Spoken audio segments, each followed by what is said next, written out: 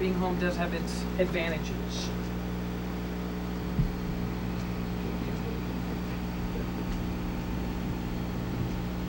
The Ozonator.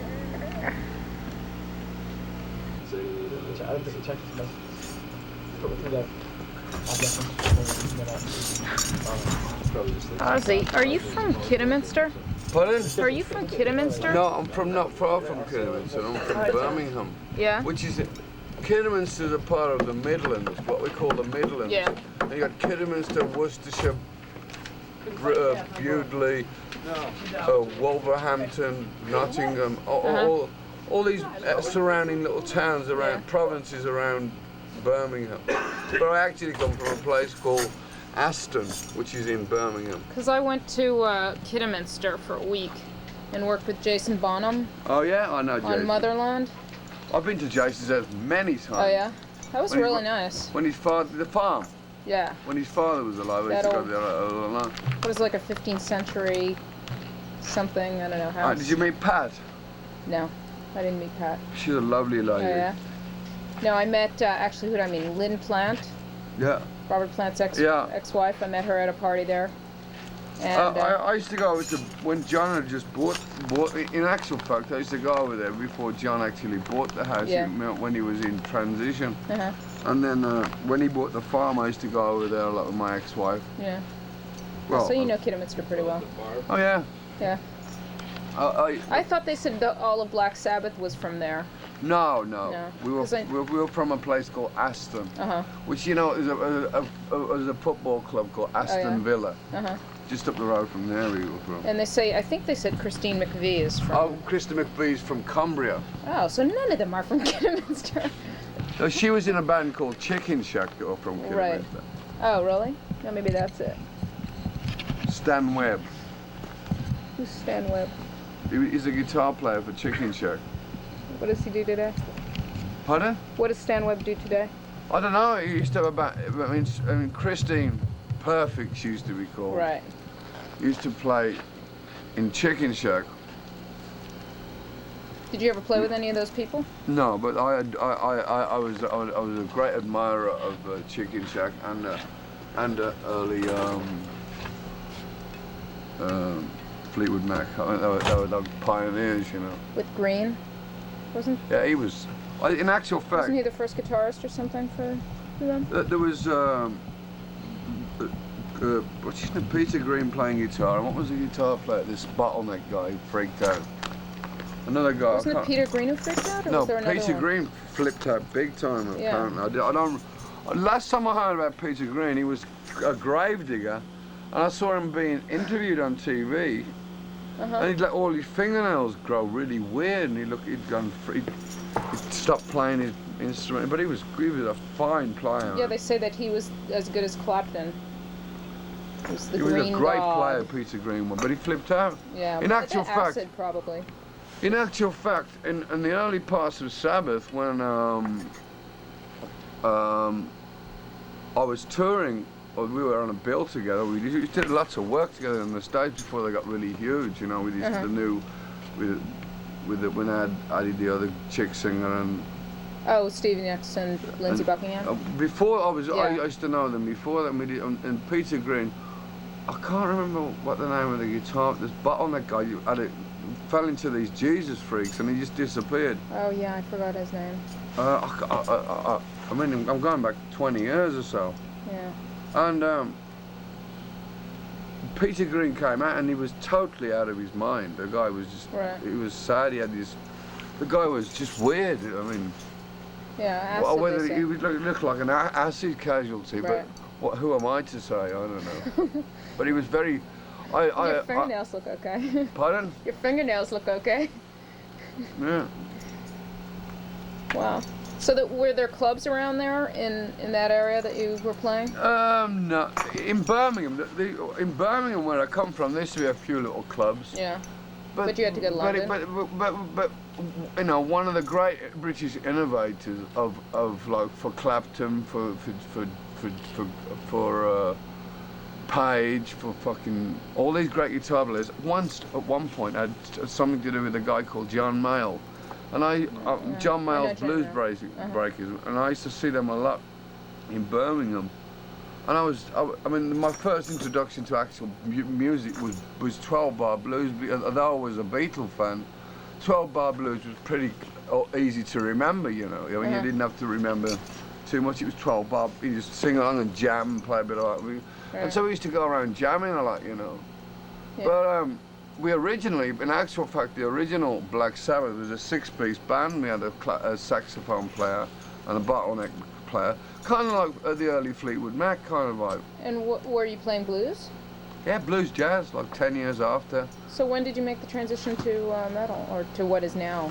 Well, it wasn't cool metal. I Right. mean, if you listen to early Cream stuff like "Sunshine of Your Yeah, Love," that's true. and listen to the riff of NIB, it's very close. Yeah. I mean, all we did was like manifest from the blues, you know. Yeah. That's all we really did. We just sort of took it. How it came about was that we were doing like a starving guy. We just had this guy, he's getting stoned, drunk, and screwing around and just doing what young guys do, you know. And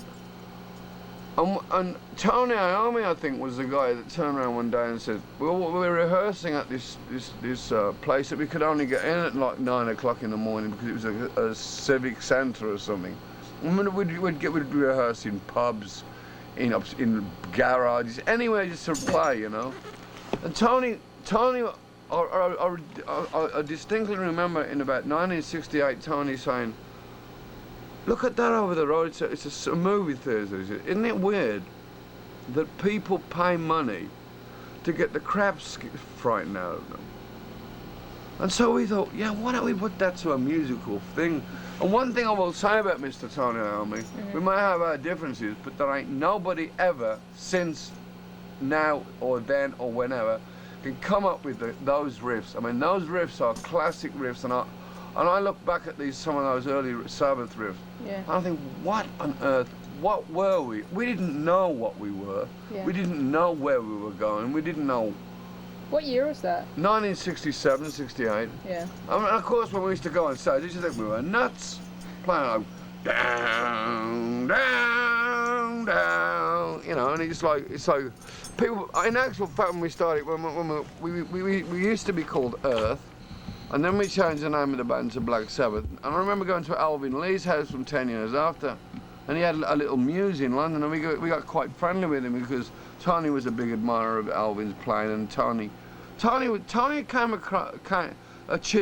achieved a lot of things because he's a left-handed guitar player, and he was working in a factory, and he got the tops of his fingers chopped off in a metal shearing machine, and he had to.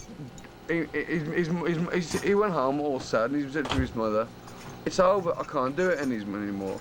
And his mother went out and bought him a record by a guy called Django Reinhardt, who only had 2 fingers, who said, if he can do it, you can do it. And so what he would do, he'd build these little fake fingers, and he actually played. I don't know how the guy felt the string, you know. I mean, it's an amazing achievement.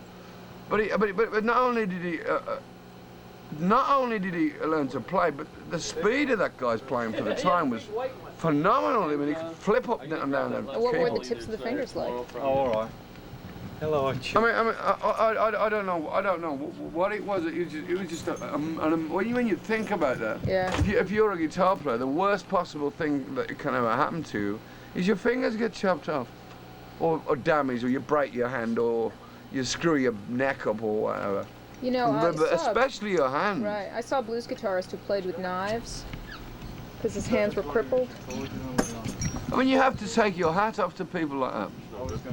I mean, and then I remember being in Alvin Lee's Muse one day, and we'd written a song, Black Sabbath, and we were on a ferry going to Hamburg, the Star Club. We used to do a lot of work in the Star Club in Hamburg, and it was kind of nostalgic because I was a Beatle fan, and I was actually on the stage where the Beatles first started to play, and it was kind of just like hand to mouth living like pigs. We used to live in shitholes, you know.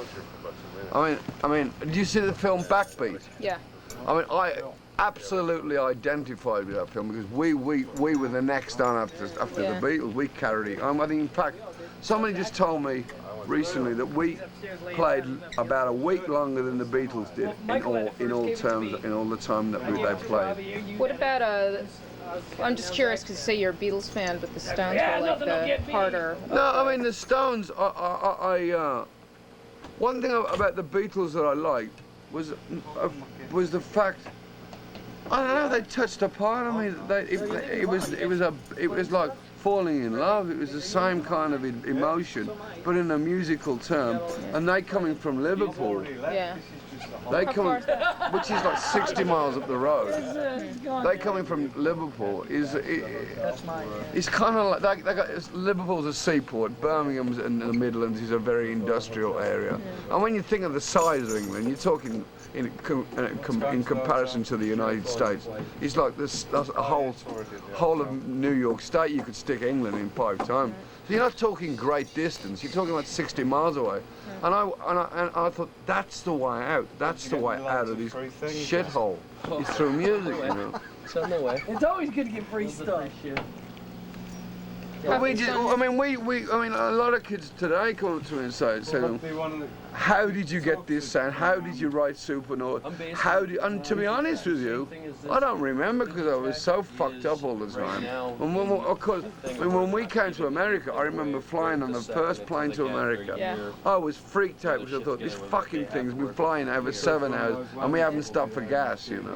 Yeah, I got this. What were you fucked up on? On everything. I mean, women, drugs, alcohol, everything. Every fucking thing. Zach is gonna. Zach's gonna tell me his story. I gotta get that. Zach's gonna tell you the piss story. That's important. Yeah. I gotta get that. It's a good one. Let me go kick him. Have you recovered? He's not feeling good, man. Who? Zach. He's been drinking. I'll tell you what will happen. He'll end up getting cirrhosis if he drinks his own urine. That's fucking bad news, man.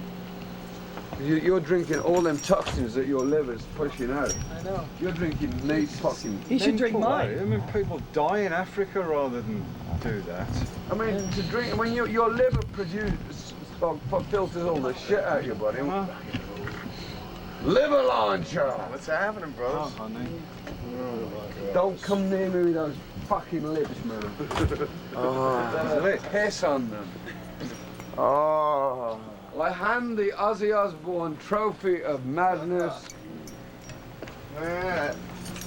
Were you on a bender last night? No. I went to bed. I went to bed, got up around like fucking 2.